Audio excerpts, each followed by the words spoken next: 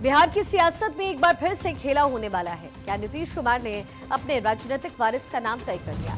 कल तक जो निशांत कुमार राजनीति की चकाचौंध से दूर रहते थे, आज उनके एक एक कदम ने पटना से दिल्ली तक हलचल मचा दी। गांधी मैदान में नमाजियों से मिलना हो या पार्टी के बागी नेताओं के साथ मंच साझा करना, निशांत के तेवर बता रहे हैं कि जेडीयू में अब नीतीश के बाद निशांत ही सर्वमान्य है।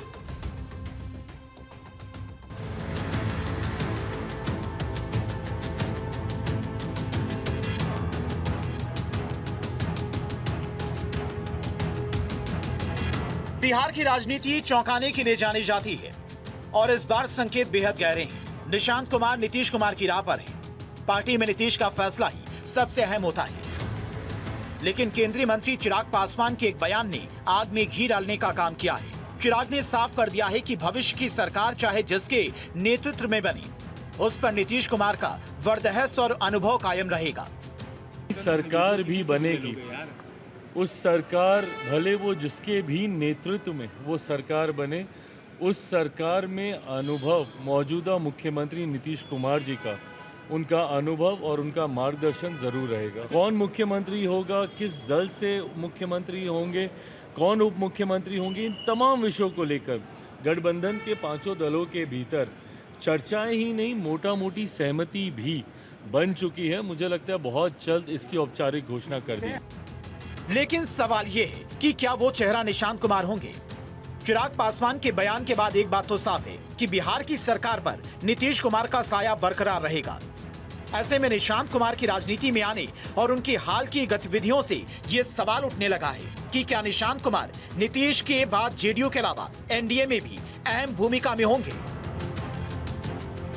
निशांत कुमार जिस तरीके से अपने पिता की तरह ईद की नमाज के दौरान गांधी मैदान गए, मुस्लिम उलेमाओं से मिलने पहुंचे, अपने पिता के बेहद करीबी लल्लन सिंह और अरुण कुमार से मिलते नजर आए।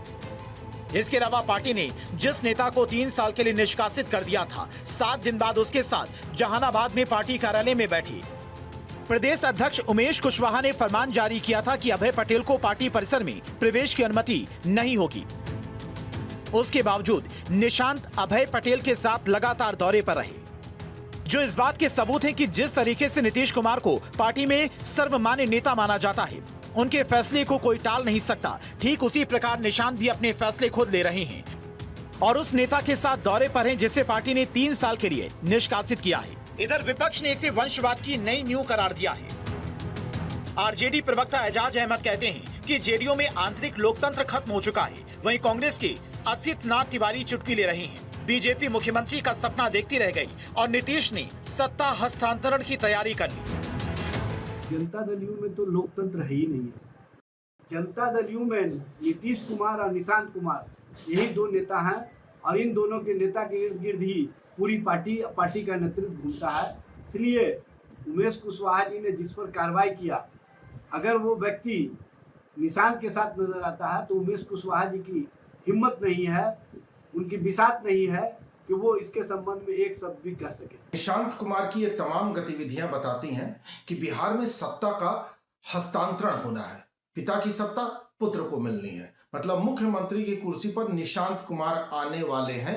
ये लगभग नीतीश कुमार ने तय कर लिया है। बिना किसी चुनाव के, बिना चुनावी मैदान में उतरे नीतीश जी अपने बेटे को मुख्यमंत्री बनाना चाहते हैं। अब भाजपा वाले जाने भाई, अब हमने तो सुना था कि भाजपा का सीएम होगा। जवाब में बीजेपी ने चुटकी लेते हुए कहा कि विपक्ष हताश हो चुका है। नीतीश कुमार पर वंशवाद का आरोप लगाना निहायत गलत है। नीतीश कुमार ने हमेशा सुशासन की राजनीति की। निशांत कुमार को लेकर जिस तरीके से माहौल बनाया जा रहा है, वो इस बात का स्पष्ट संकेत है कि विपक्ष मौजूदा मुद्दों से ध्यान भटकाने के लिए ऐसी बातें कर रहा है। एनडीए में सब कुछ आपसी सहमति और तय समय पर होता है। ऐसे में विपक्ष की बातों में अब आम जनता आने वाली नहीं है। वहीं जेडीयू भी बैकफुट पर नहीं बल्कि फ्रंट फुट पर खेल रही है। मंत्री अशोक चौधरी ने विपक्ष को ललकारते हुए कह दिया कि जब नवी फेल मुख्यमंत्री का सपना देख सकता है तो निशांत कुमार तो इंजीनियर हैं, उनमें प्रधानमंत्री बनने तक की काबिलियत है। विपक्ष पूरी तरह हताश और दिशाहीन हो चुका है, इसलिए अब वो झूठ और अफवाहों की राजनीति को उतर आया है।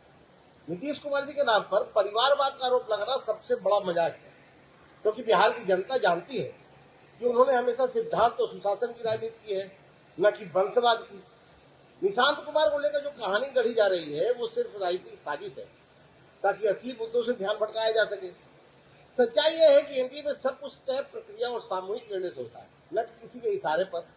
विपक्ष पहले अपना नेतृत्व तय कर ले, फिर दूसरों पर सवाल उठाए। आरजेडी का एक भी एमएलसी भी नहीं बनेगा आने वाले समय।